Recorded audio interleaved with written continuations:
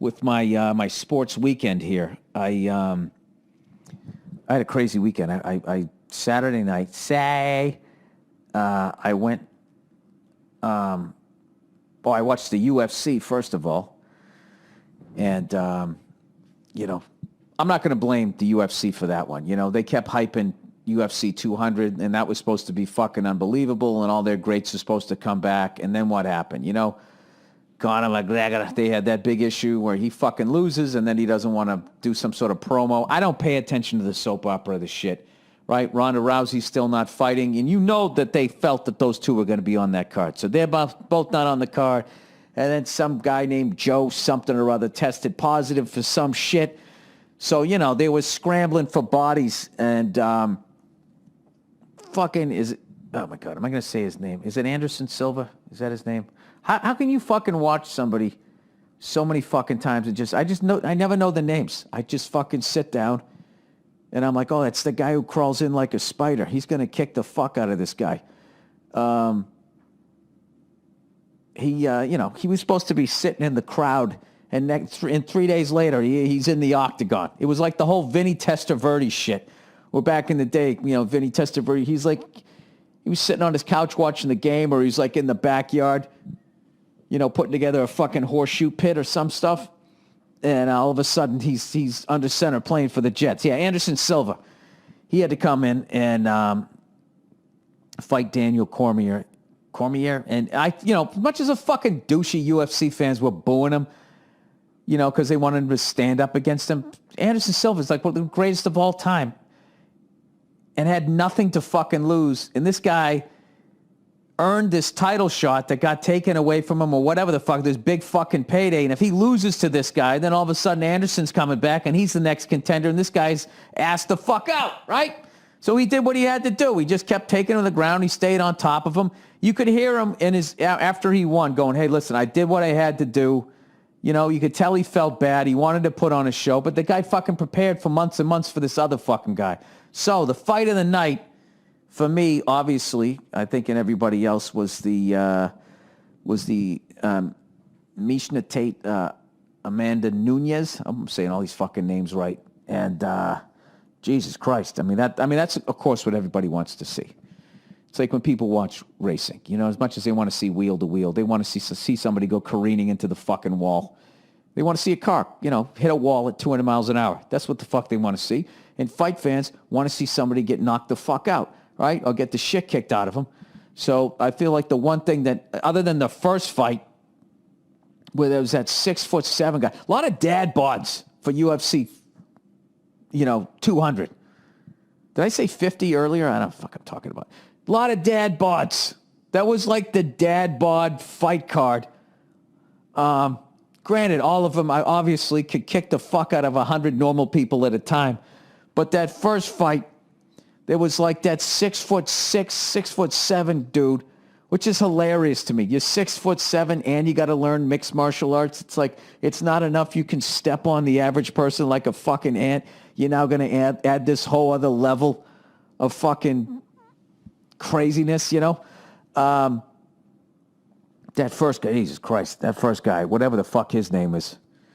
That guy looked like he was in the Bourne Identity, and he was like the head bad guy that you had to beat. He just came fucking walking in. He gave that tall dude the old right there, Fred, and he was fucking done.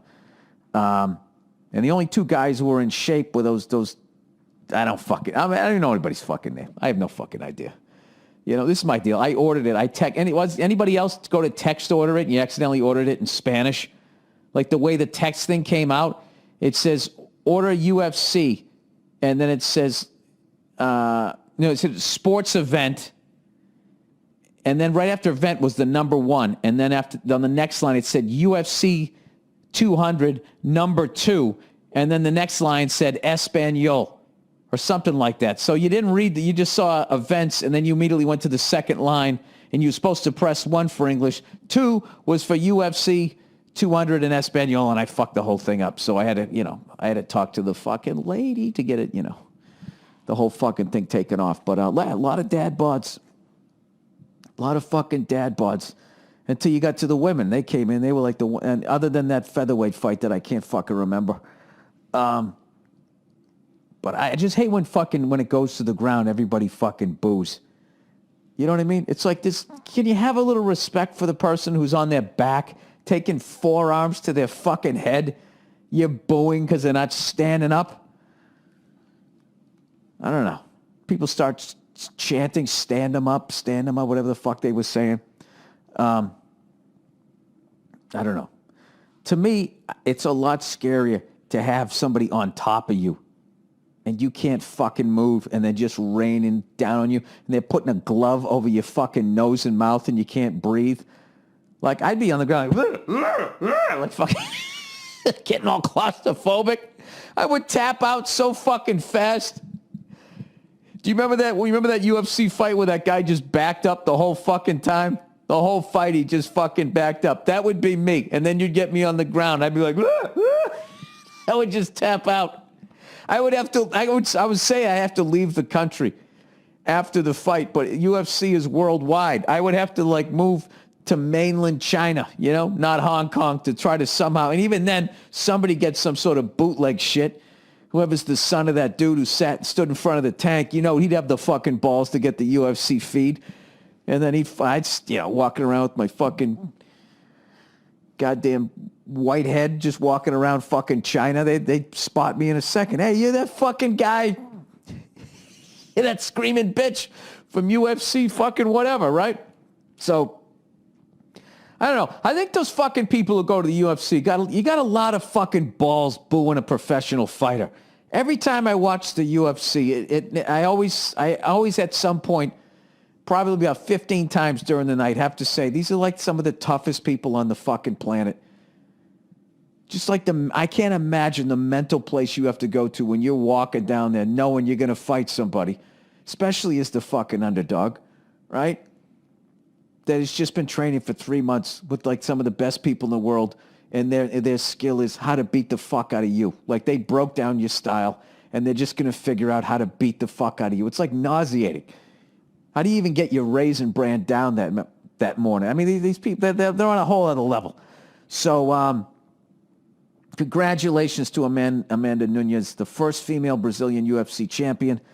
And, I always loved Miesha Tate, always class act. She's fucking gorgeous, It was hard watching her get busted up like that. That uppercut that was perfectly timed. Ugh, Jesus Christ. But anyway, so I did that, and then a buddy of mine texted me, and he said, why don't you come down to the fucking Troubadour? There's some band playing down there. And I hope I get the name of this band right, because I went down and saw a band. I think they were called